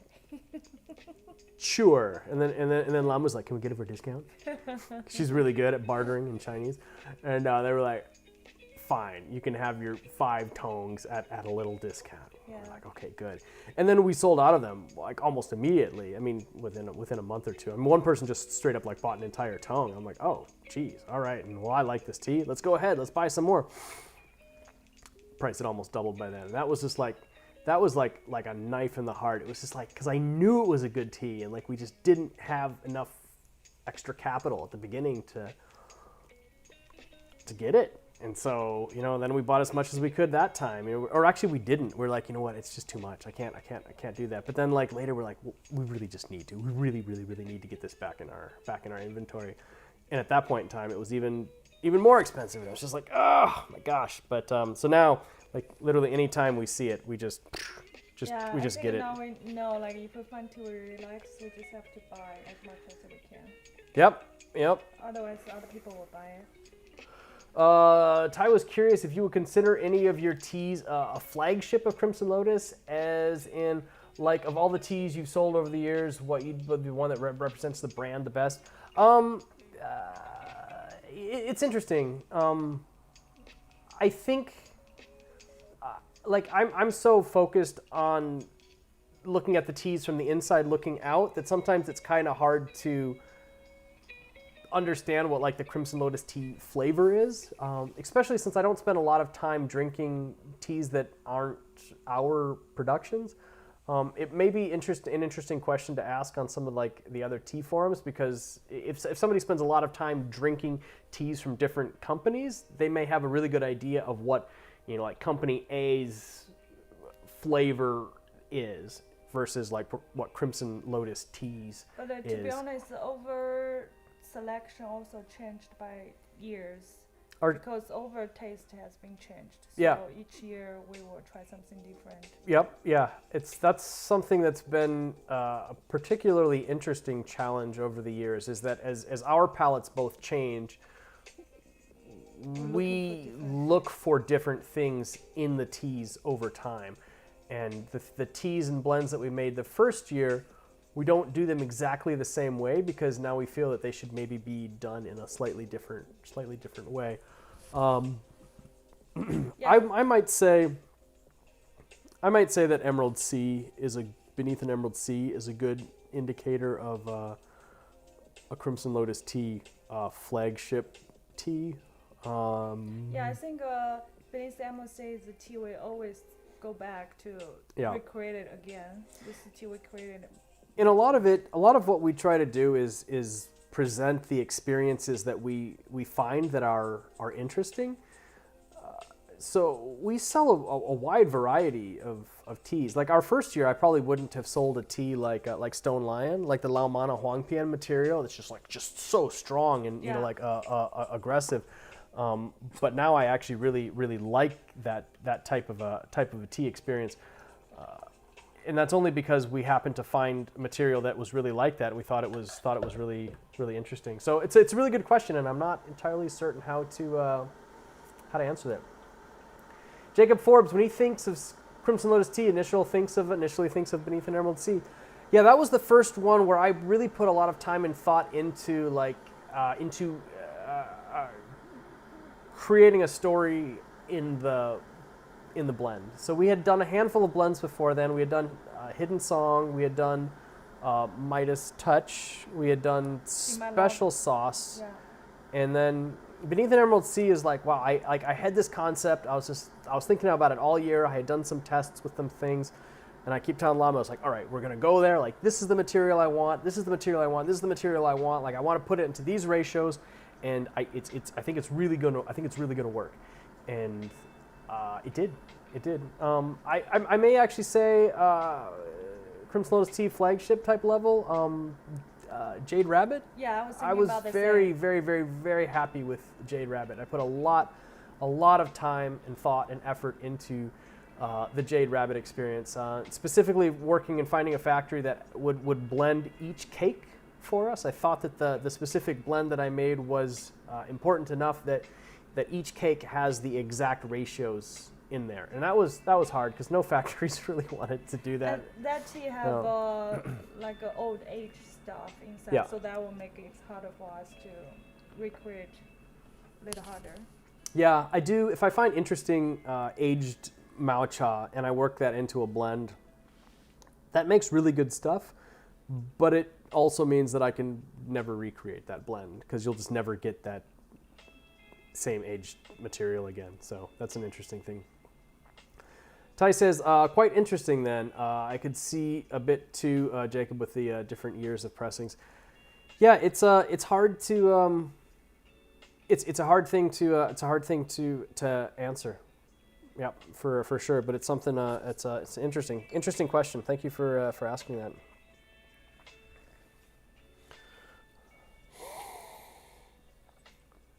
I like your little teapot. I'm glad we're getting a chance to use it a little bit more. Yeah. Josh said he would like to comment on other teas and your teas. Okay, great, thank you. Your tea can best be described as a full palate teas. Other teas get the idea through, but your teas are extremely clear on what you're trying to achieve. Oh, thank you for saying that. I really appreciate that. That's it's a very nice compliment. Because that's something that we certainly think about when we're working on teas. You know, we taste so many things and so many teas, and so many of them just aren't good enough. And so we probably, of all the teas we try, we probably don't even consider 95% of them, because I am looking for those full picture teas. And if I find a tea that isn't a full picture tea, but is particularly unique in one specific area, maybe a tea that just has absolutely incredible aroma, but then the rest of it just kind of peters out, I can work that into a blend so that the final tea takes like the sum of everything and just kind of like creates like a taller picture.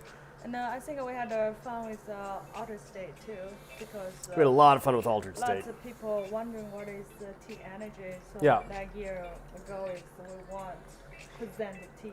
And that was one where I didn't focus on what the tea tasted like. I didn't focus on the body of the tea. I didn't focus on like the aroma of the tea. I didn't focus on anything that I would normally focus on. I just was like, I want to find the specific material that gives me a really high tea energy, and then I'm just going to work it together and then tell people not to focus on anything but the tea energy. And so that was an interesting project, because that was basically me going like, okay, I can't do any of the things that I normally do, and just focus on that. And I think it actually worked out well.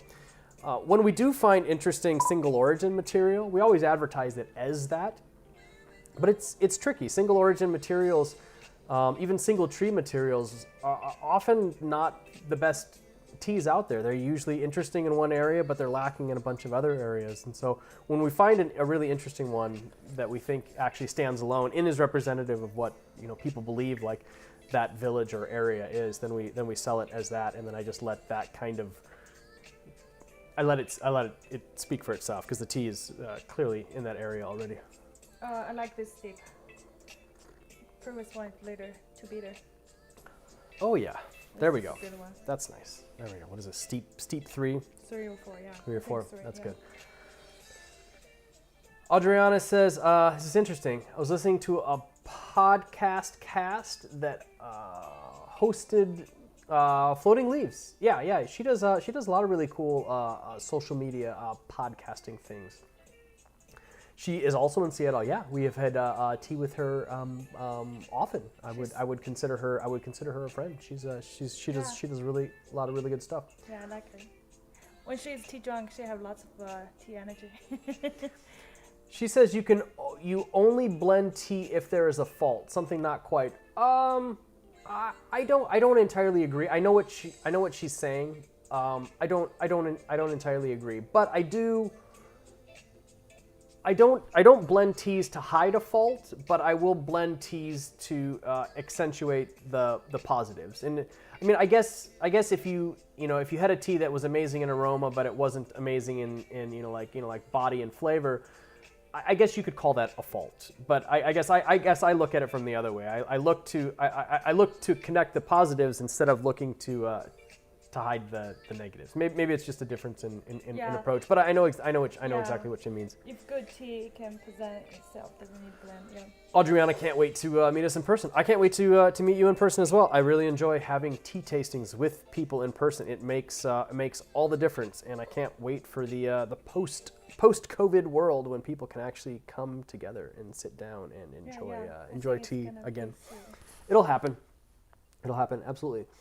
Wayne says, can you comment on what challenges you face developing your network with farmers and sellers to get the quality of product you're aiming for?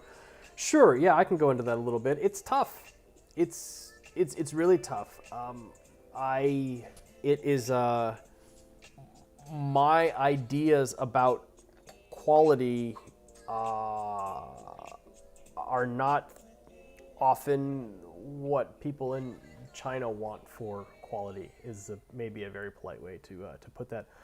I have really high standards, and I sometimes, I often find people that don't have those same standards. So finding the people that do appreciate quality the same way I do, and then working on building those relationships over the years and fostering those relationships, and has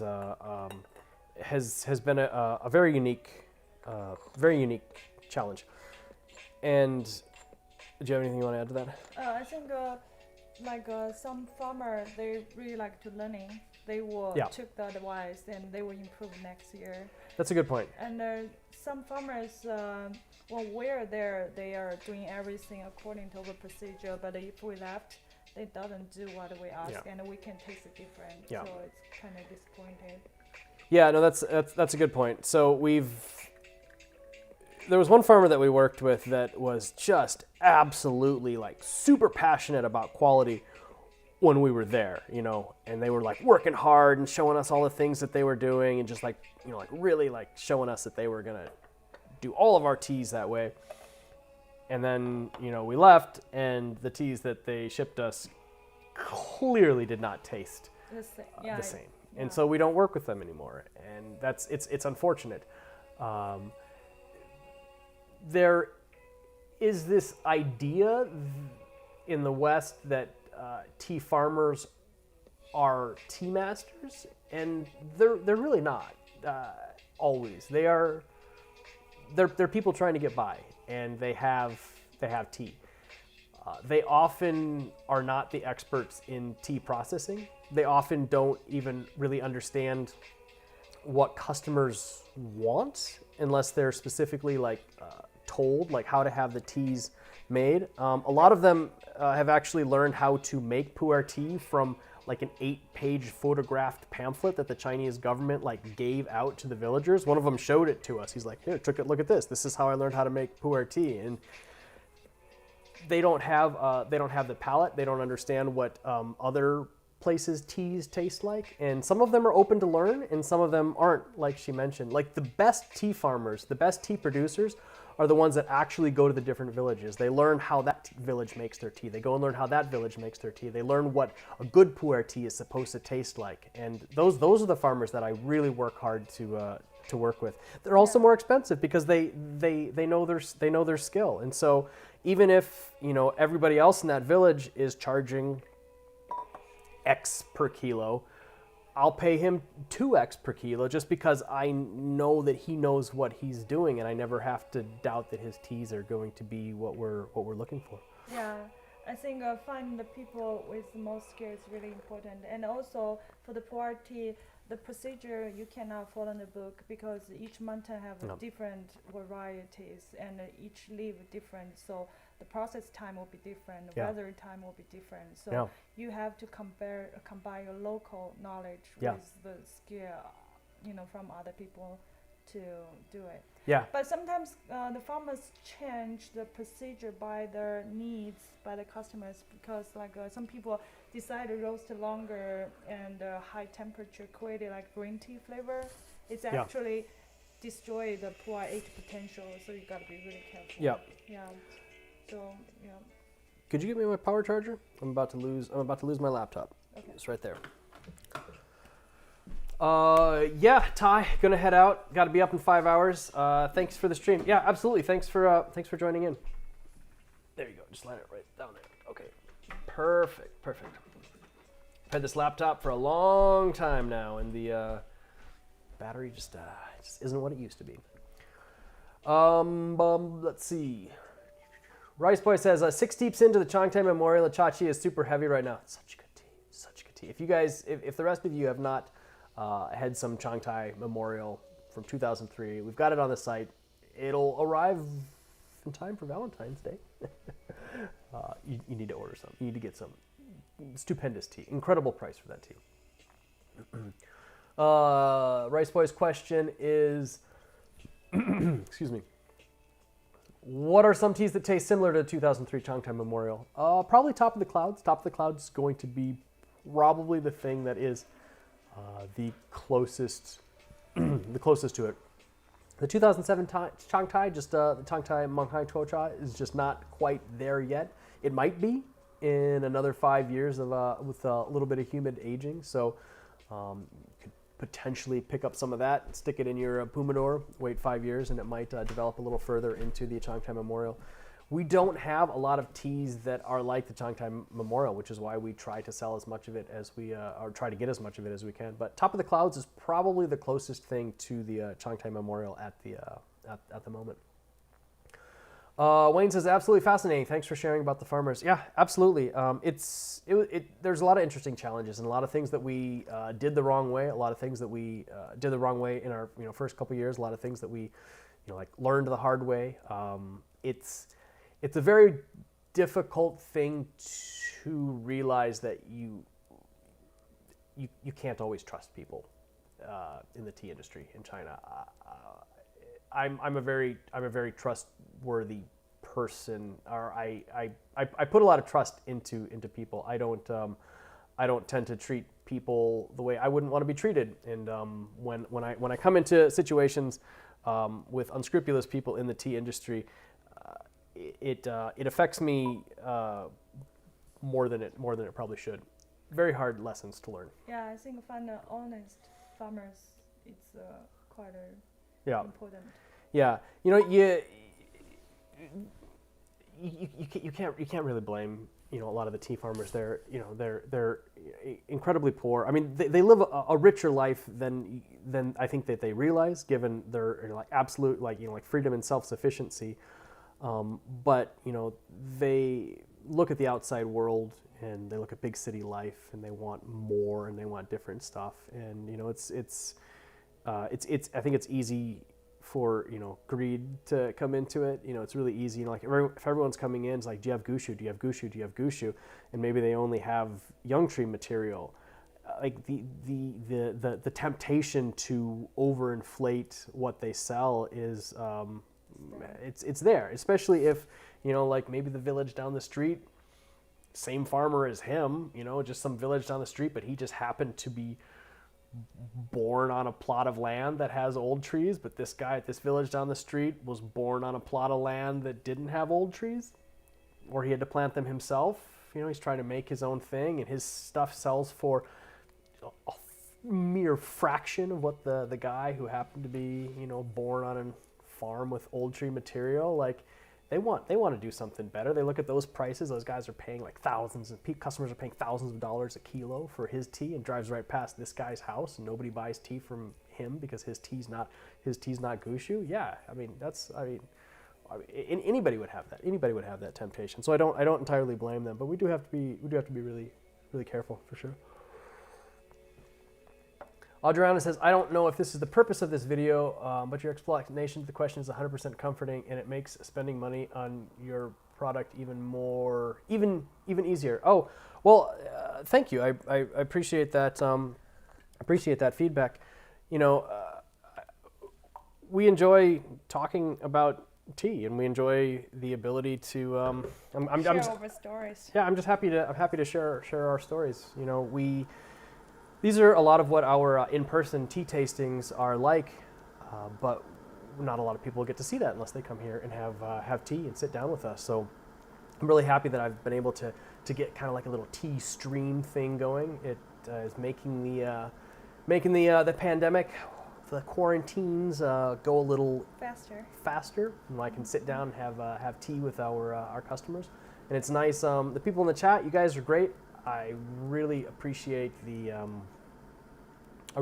people tuning in and talking, asking questions.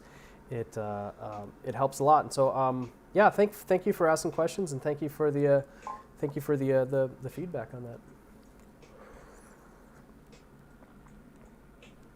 Oh, this is nice. I just feel really relaxed right now. I know. I'm having so much energy. I probably need to eat some food after the tea. So when Lamo says she's going to eat some food, she's probably going to make a big, huge batch of noodles. Is it lo chiffon? Is that what you're going to do tonight? I hope so. I don't know if you guys know what lo chiffon is, but lo chiffon is lo chiffon. Excuse me, my pronunciation is it's very close. Is not what it should be. Lo chiffon, fun. Yeah. Lo chiffon. Type of noodle. Yeah. It's a type of noodle that uses stinky bamboo in a snail paste soup base.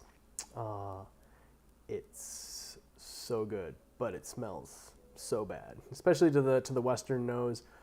The aroma is quite prevalent, and it reminds me of a sweaty locker room after a very intense game of basketball or something like that.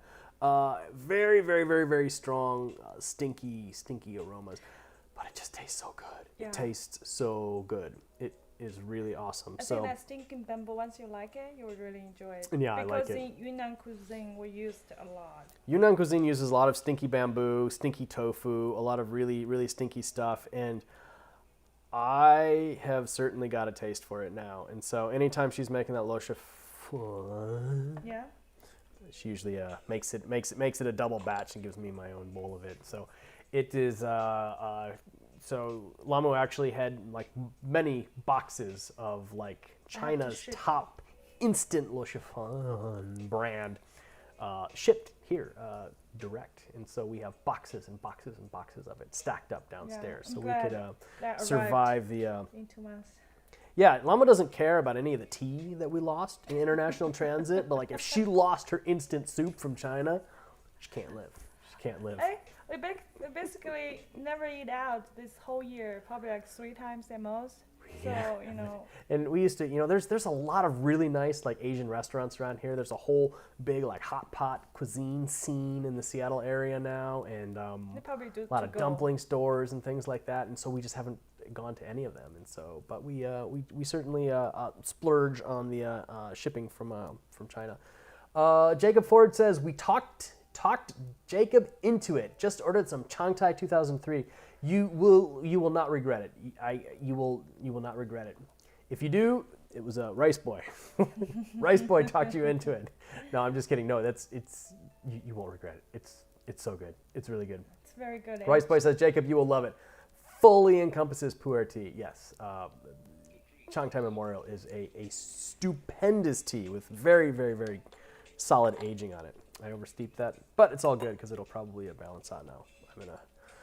I'm in a very pleasant state of mind. Actually, I put a little bing hole in this one. Maybe it's just open up. Put a little bing hole in this one. Yeah. That's one of the sad things about pressing really tiny cakes, like the 100-gram ones. There ends up being a fairly large amount of bing hole. If you guys don't know, bing hole is when teas are compressed, you take like a big pile of loose mao chop and you steam it in a metal tube. You slide a sock over the top of it. A sock's just the best word to describe it. It's a cloth bag material. You slide a sock over the top, flip it over, push it down and out, and so now you've got a big pile of wet leaf material in the bottom of a cotton tube. And you take that and you twist it up, and that when you put it into machine to press it, that twisted knot, because you have to have it sealed or all the material would just pop out. That knot ends up getting like pressed into a hole in the back of the cake, and that part will be much more heavily compressed than the rest of the material. And in your average like 357 gram cake, there's maybe only like 25 or 40 grams that ends up being in that bing hole, and so the bing hole steeps differently because of that heavy level of compression. And so in a smaller cake, like a 100-gram cake like this, probably about 20 grams ends up being that. So we suggest when people are breaking up the cake, every session you do with it, like break off a little bit of that higher, the higher compression bing hole, so you're not like getting an entirely different session when you brew it at the end. But Lamo surprised me with a nice big, healthy chunk of bing hole in this I one. blend the loose and the bing hole together, so I was hoping it I'm would just teasing. open It did. up It in did. the I'm latest step. I'm just teasing. She did it right. It's just the bing hole tends to open up later. It And I takes think more this work. tea we actually compress the not heavily. It's really We easy did to break we it. we finally found a factory that was willing to allow us to compress at whatever level we want to. Sometimes you'll find some factory they're like, no, that's not what we do as a factory. We always press things this way. And I'm like, well, it's my tea. I'm gonna sell it. Like I don't care what you do. Like I would like to press it the way I want to press it. And it's so funny because they'll be like, I'm the one paying you the money. Can I pay you money and have you do things the way I want you to do it? And they'll be like, well, I don't know. And sometimes they'll do it, and then we'll leave, and then they'll just do it the way they want to do it. And so finally, these ones are pressed much better than the first Space Girls. The first Space Girls are pressed super tight. They will probably stop a bullet. Those things are pressed so tight. You could build a structural foundation of a home out of the original Space Girls bricks. They are very, very. They're basically, it's like carbonite or Beskar. Those things are just like pressed, solid, super solid. Yeah, I think a heavy compressed one probably good for long aged. That's it. We just intended Space Girls to be pressed. Aged. If you buy the original Space Girls, don't drink them for at least 100 years and store them in a very humid environment. It'll probably be awesome.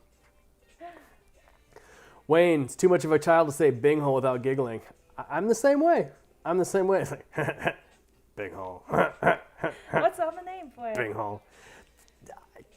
There's no other name for it. I don't know. What do they call it in Chinese? What's the Chinese name for No, no, like coping hole. the knotty hole, the knot hole in the back? We just call it Bing hole.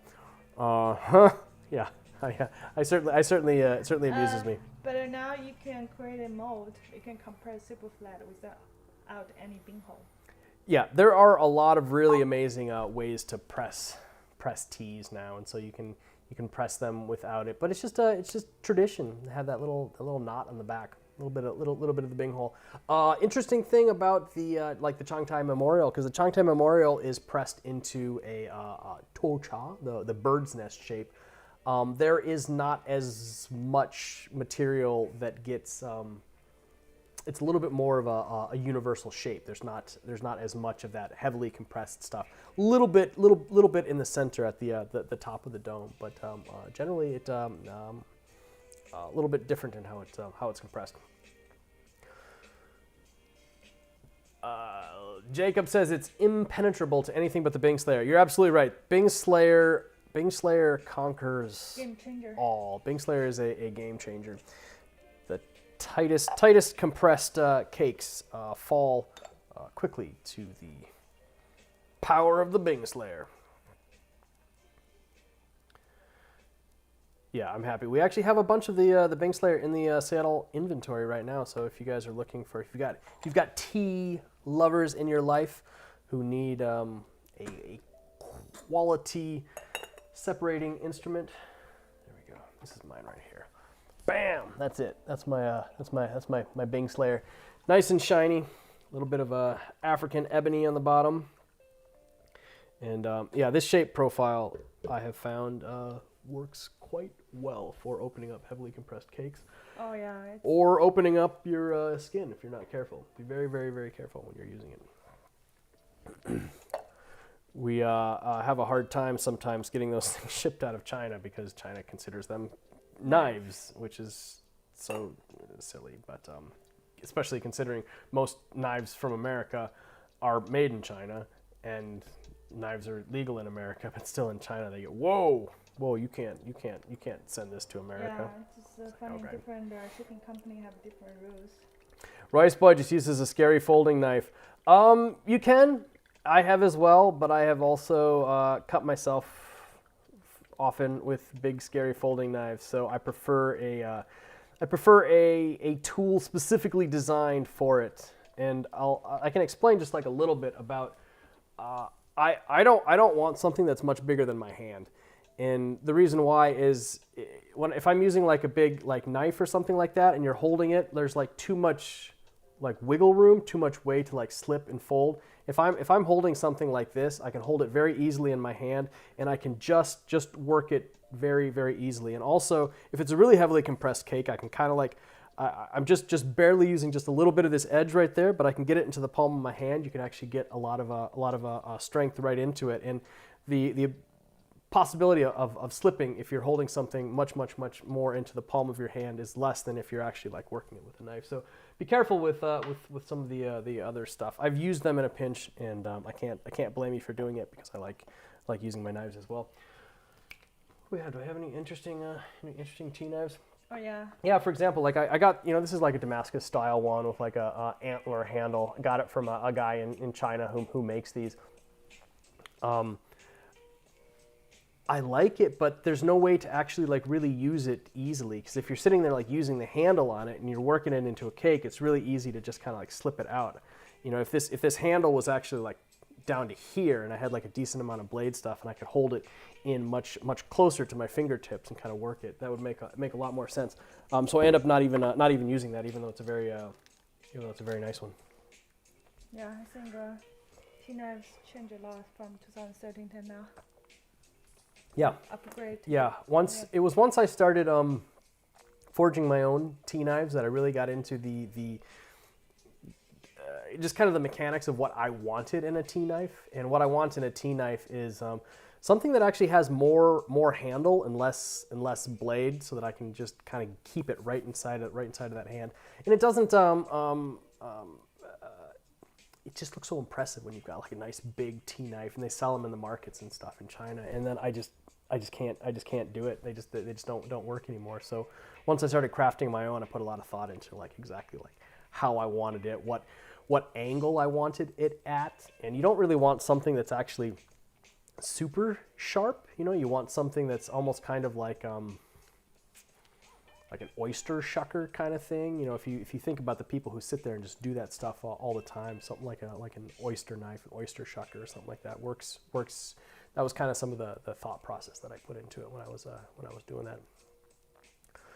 Wayne says, learned to open a cake from a video a few years back, and you were very stern about not pointing it in your hand, and you still stabbed yourself. Yeah, I do as well, because I'll be like, hey, I'm going to open this up, and I'm going to completely forget everything that I said. And then, but, you know, with the amount of cakes that we open up for samples, you eventually learn. Yeah, You I eventually think learn. older poor drinker probably all somehow hurt themselves. Right? Everybody has stabbed himself Yeah, I at some think point once in a year I time. will You poke so myself. you are in a friendly club of injured tea connoisseurs. Yeah. So don't worry about it. Just sacrifice some blood to the tea. Oh, it's been a nice little session. We just got a couple minutes left. So if anybody had any final questions, anything that they wanted to say, anything you guys, any plans you guys are doing this weekend, you can pop it into the chat. Sunday's tomorrow. Sunday is tomorrow. Sunday is actually today for probably a lot of people that aren't in our current time zone. Sunday is 24 minutes away. I think So, yeah. I like Friday and Saturday the most. Sunday feels like, oh, it's almost there. It's still so funny because, I mean, since we work from home and it's our own personal business, I mean, what does Sunday even really mean? But still, like that idea of like the weekend, even though every day is still just kind of the same. Especially when you're staying home and you don't have like a rough, you know, schedule of, you know, like kids ballet classes and kids swim classes and, you know, PTA meetings, and don't have that stuff really anymore. It's still just like the idea of like, ooh, Monday's coming around, even though Every day's Monday. every day we work till about the same time at night, and every day we sleep until about the same amount of time in the morning. So every day doesn't feel different. But yeah, Sunday's tomorrow. What a good week. Wayne says, I'm likely moving to Washington from Oklahoma post-graduation because comp sci in the Northwest is obvious. Really? Do we have a growing or a large computer science thing here? You're not gonna do the Texas shift. You're not gonna jump down to Austin for Oracle's new headquarters. A lot of people are doing that, moving to Texas. I guess it's probably just too difficult to live in the Bay Area. But no, the Pacific Northwest has a very clear, thriving computer science, computer software world. So much so that it's a very, very, very small town in the computer world. You know, it's very easy to know everybody. It's a very, very, very small world. Worked for a handful of Northwest software companies, and you just know everybody. If you're getting into the game thing, there's a lot of really big game studios here. Honestly, if I was not doing the tea business, if I had not decided to invest my life energy into the tea biz, I would probably be working for Bungie right now, and that would be making me very happy. I always wanted to work for Bungie, but I got a lot of friends that work there, and I could get a nice gig. I'd probably be working in the QA side of things. That's where I kind of found my passions worked. My development skills made me know where developers make mistakes, because I made many mistakes as a developer. So I became very good at QA and QA management and being able to learn where bugs are and find bugs and things like that. And so I actually really enjoy like kind of that analytical testing perspective on it.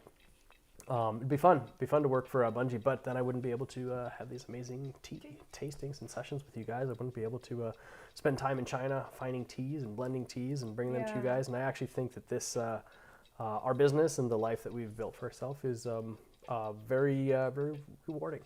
And I really appreciate everybody who purchases our teas and joins these tea sessions and listens to us talk and asks nice questions. It is a great part of our job. Yeah. Awesome. Thank you, Jacob. Thanks for joining. Rice Boy, thank you for joining as well. Thanks for your kind words and thoughts. It was a very nice, relaxing Saturday night. I'm glad that we were able to partner with Chill Hot Music to get some nice, mellow, chill Saturday night midnight tea club music in the background, which I like. And I'm just going to be putting this on all of our little streams. It's nice. Oh, Wayne, anything but Texas. Yeah, I can understand that, but I actually like Texas. Lama considers herself a Texas girl. She got her master's degree from the University of Dallas, and I could actually see myself moving to Texas. It's pretty hot. Seattle is cold. I like the Southwest. I like Texas. I don't know. I like both. I don't know what it is. I like Texas. I love the Pacific Northwest, but I could see myself. I could see myself doing Texas. Tornham said, "Hey, Tornham, what's going on? Thanks. Yep." Tornham is glad we're in the T-Biz. I am glad we are in the T-Biz too. This was fun. I really appreciate everybody tuning in. I'll probably see you guys online. Yeah. I'll probably see you guys next week. Keep tuned in to when we have the next tea interview. I'm not sure who that's going to be between two teapots. It's always fun. Really appreciate when people jump onto those streams and ask good questions and talk to the artists. It makes them feel loved for the work that they do. Yeah, awesome. All right, thank you guys so much. Have a good rest of your weekend and happy steeping.